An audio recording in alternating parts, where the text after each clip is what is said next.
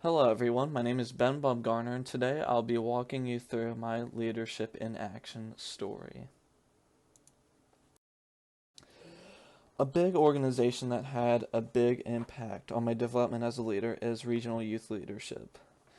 So, within this group, we've often visited industries that were lesser known to the community.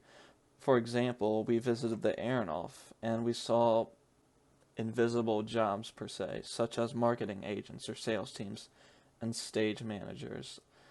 And originally I thought just actors worked at the Aeronaut, and when we visited there I saw that much more people are involved with the show business. And I also learned to collaborate, such as when we did a poverty situation, I worked together with my other family members to help keep our families afloat. And I also developed networking skills at one specific event at Atlas Air, where I networked with various business leaders around the area.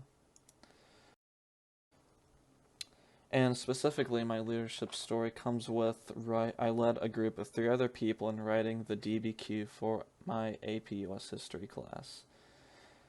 And before we started writing, I made sure to give every group member a chance to sort of throw out ideas, which closely resembles a democratic style of leadership.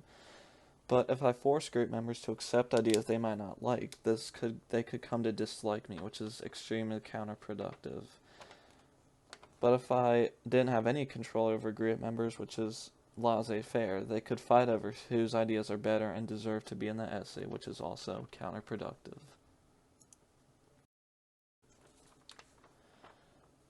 And the specific type of leadership I used was a democratic style. And when everyone's ideas are heard and valued, this builds a sense of community and trust in which all ideas would be accepting, allowing for a greater flow of communication to ultimately make our DBQ essay better. And as the leader, I didn't just sit back and watch the members write the essay. I often learned skills while writing with them. And with open communication, this allows for every idea to be heard and analyzed, helping to make the essay better. But if I started to boss around the members and impose my will, they would most likely resent, and which would be extremely counterproductive because it's only my ideas they hear. I also use the strength-based leadership to effectively delegate work to group members where they're best at. So for example, I had 2 people write the introductory paragraph because they specialize in that area. And then I had 1 person write the body paragraphs because they were effective in that area. And since group members work on the part of the essay where they specialize in, this makes the essay better as a whole.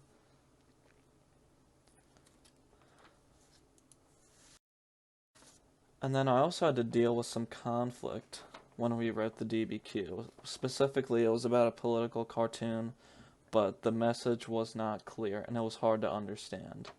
And this conflict arose due to opposing viewpoints of the cartoon. And Nordhaus defines interpersonal conflict as disputes that arise between individuals, which meets the situation of conflict in this case. And in this case, both sides wanted their way and were unwilling to compromise in their conflict, and both parties were drifting away from why they took their stance and more concerned about fighting for their opinion.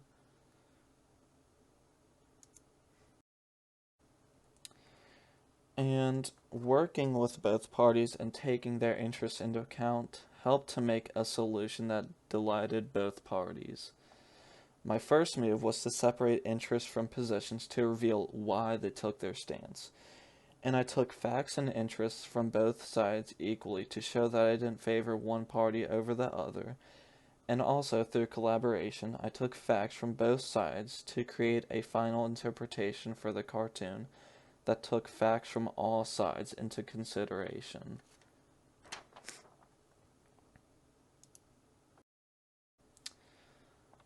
And oftentimes people will associate conflict with 2 people arguing over a particular topic, but conflict can also lead to good things. For instance, when things are done right, both parties can emerge stronger than what they originally were. And focusing on people's strengths will give them a greater sense of confidence and that their abilities are greatly valued. And this can lead to the followers respecting the leader, which ultimately creates a thriving leader-follower relationship. And also, taking on leadership opportunities, such as RYL I mentioned earlier, will equip you with vital leadership skills needed to be a successful leader in today's world. And for example, at RYL, I learned to keep an open mind to listen to all perspectives so I can gauge a clear